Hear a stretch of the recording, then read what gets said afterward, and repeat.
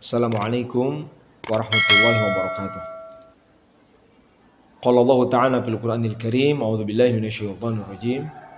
Subhanalladzi asra bi'abdihi laila. Al-ayah. Shadaqallahul azim. Kaum muslimin sekalian, kita memasuki bulan Rajab. Salah satu peristiwa penting di bulan Rajab adalah Al-Isra wal Mi'raj atau Isra Mi'raj. Ini adalah peristiwa sejarah yang jelas disebutkan di dalam Al-Quran, sehingga menjadi fardu ain bagi kaum muslimin untuk meyakini kebenarannya. Menjadi hal yang prinsip bagi akidah seorang muslim untuk meyakini terjadinya peristiwa Isra dan Mi'raj. Salah satu pelajaran menarik dari Isra Mi'raj sebetulnya bukan hanya tentang sholat, tapi kita akan belajar hari ini tentang pentingnya tasbih. Ayat ini diawali dengan kata subhana. Subhana ini oleh para ulama disebut sebagai isim masdar dari kata sabbaha yusabbihu tasbihan. Masdar aslinya sebetulnya tasbih, tetapi dalam penggunaan dipakai kata subhana. Subhana ini maknanya adalah tasbih. Subhana ini yang sering disebut kalimat tasbih adalah kalimat yang banyak diperintahkan di dalam Al-Quran. Kalau ayat ini mencontohkan penggunaan subhana, maka di dalam ayat-ayat lain Allah memerintahkan penggunaan kata subhana untuk meyakini kemahasucian Allah dari segala hal-hal yang tidak pantas, dari segala sifat-sifat yang tidak layak dinisbatkan kepada Allah Subhanahu wa taala. Di dalam kehidupan sehari-hari, setiap muslim yang sholat 5 waktu, maka di dalam satu rakaat sholat dia minimal bertasbih, mengucapkan kata subhana minimal 10 kali tiap rakaat. Dalam doa iftitah ada 1 kali, wa subhanallahi bukratan wa asila. Di dalam ruku ada 3 kali, di dalam sujud tiap sujud 3 kali. Berarti dalam satu rakaat ada 10 kali tasbih. Jumlah yang cukup banyak.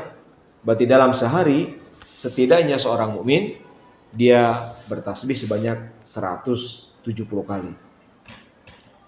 Jumlah yang lumayan.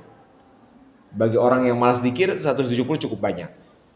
Subhana rabbiyal a'la wa bihamdihi, atau subhana rabbiyal azimi wa bihamdihi, atau subhanallahi bukratan wa asila. Intinya adalah subhanallah, maksudnya Allah.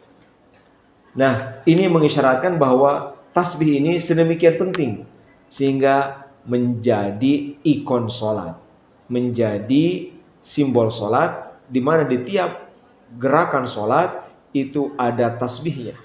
Bahkan kalau dalam riwayat-riwayat yang lain, itu tasbih itu bukan hanya di doa iftitah, bukan hanya di dalam ruku dan sujud, tetapi juga ada pada posisi lain. Tapi yang paling tidak kita ambil yang paling populer, yang kaum muslimin paling memahaminya, paling tahu tentang hal ini. Nah, kaum muslimin sekalian, lalu apa makna tasbih itu? Al-Imam As-Sawi, beliau yang mensyarahi dan menguraikan lagi tafsir Al-Jalalain, menyebutkan kata subhana ini setidaknya ada 3 maknanya. Yang pertama bermakna tanzih. Tanzih itu artinya membersihkan. Itu membersihkan, maksudnya membersihkan keyakinan kita dari pikiran, anggapan, akidah, bayangan, lintasan pikiran yang tidak pantas tentang Allah Subhanahu wa taala. Membersihkan Allah dari segala sifat-sifat yang layak dinisbatkan kepada Allah. Karena memang pada faktanya dari sebelum Islam datang, setelah Islam datang masih ada anggapan-anggapan tentang Allah yang tidak sesuai dengan Allah Subhanahu wa taala. Misalnya anggapan Allah punya anak, anggapan Allah punya anak perempuan, anggapan Allah membutuhkan bantuan, anggapan Allah terikat waktu dan tempat, anggapan bahwa Allah sama dengan makhluk, anggapan bahwa Allah punya wajah seperti wajahnya makhluk, punya tangan seperti tangannya makhluk. Anggapan-anggapan yang tidak cocok dengan Allah Subhanahu wa taala. Maka dengan kalimat subhana ditiadakan, denegasikan, denegatifkan, tiada ditolak. Maka dengan kata subhana, kalaulah di dalam pikiran Anda pernah terlintas menggambarkan Allah dalam satu wujud, dalam satu visualisasi, terlintas dalam pikiran, maka subhanallah adalah untuk menetralisir itu. Tidak, Allah itu tidak seperti yang dibayangkan. Allah itu tidak seperti yang dianggap. Tetapi Allah itu adalah seperti yang Allah sifatkan pada dirinya sendiri. Ini subhanallah. Jadi menolak keyakinan-keyakinan yang salah tentang Allah Subhanahu wa taala. Ini yang pertama, maknanya tanzih. Yang kedua, makna subhanallah ini adalah at-ta'ajjub, ungkapan kekaguman. Jadi kata subhanallah ini kalau dalam bahasa kita berarti tepatnya dimaknai hebat benar Allah. Jadi kalau kita mengatakan subhanallah artinya bentuk kekaguman, bentuk ketakjuban kita atas kekuasaan Allah yang luar biasa, atas peran-peran Allah, perbuatan-perbuatan Allah yang bukan hanya menarik, bukan hanya indah, bahkan di luar dugaan. Di antara yang hebat dan menarik itu adalah Isra Mi'raj. Maka subhanallah artinya hebat benar Allah yang telah menghadirkan peristiwa Isra Mi'raj dalam kehidupan Rasulullah SAW. Dan maha suci Allah dari anggapan orang yang menganggapnya tidak mungkin Allah berbuat itu. Masa iya, masa sih. Subhanallah, enggak, bersih Allah dari anggapan seperti itu. Nah, yang ketiga mungkin gabungan.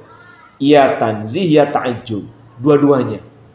Jadi ketika mengatakan subhanallah, maka kita menetralisir pikiran dari hal-hal yang buruk tentang Allah, meyakini kemahabersihan Allah dari segala kekurangan, dan juga mengagumi segala bentuk kekuasaan Allah dengan kata subhanallah ini. Jadi subhanallah dalam pemahaman seperti ini merupakan representasi dan ungkapan puncak tauhid seseorang.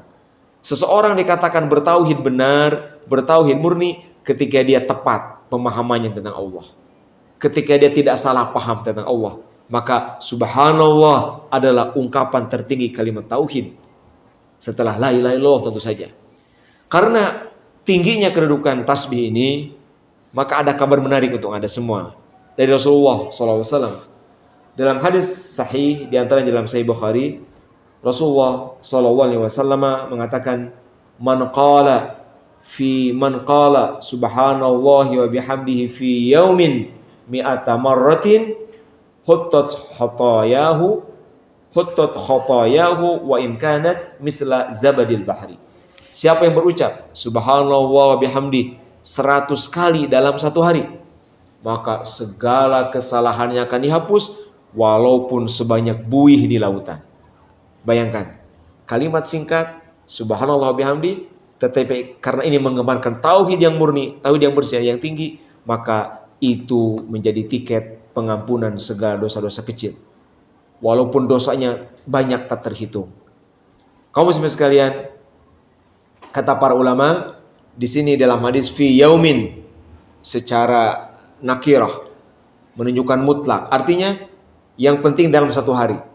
Bisa berkali-kali. Jadi 100 itu dikredit, dicicil sekali pagi, lalu pagi misalkan sekian, siang sekian, sore sekian, lalu jumlahnya jadi 100, itu termasuk ini. Termasuk memakan di sini. Atau misalnya ba'da subuh sekian, ba'da dzhur sekian, sampai di akhir hari mencapai angka 100. Tidak mesti dalam sekali duduk 100 kali, yang terpenting di dalam satu hari itu berucap subhanallah wa bihamdihi, maha suci engkau ya Allah, maha hebat engkau ya Allah, dan maha terpuji engkau. Maka 100 kali itu akan berbalas ampunan segala dosa. Menarik bukan? Maka mari di bulan Rajab ini kita perbanyak kalimat tasbih ini. Walaupun kata Al-Imam Nawawi yang afdal adalah 100 kali sekali duduk, 100 kali pagi, 100 kali sore. Tetapi sesuaikan dengan kondisi Anda. Kalau Anda tidak mungkin begitu, silakan cicil. Mau berapa kali sampai dalam sehari itu 100 kali. Selamat bertasbih, selamat mengamalkan kabar gembira ini. Subhanallahi wa bihamdihi 100 kali dalam sehari, dan selamat untuk segala pengampunan dosa bagi Anda. Mudah-mudahan bermanfaat. Wassalamualaikum warahmatullahi wabarakatuh.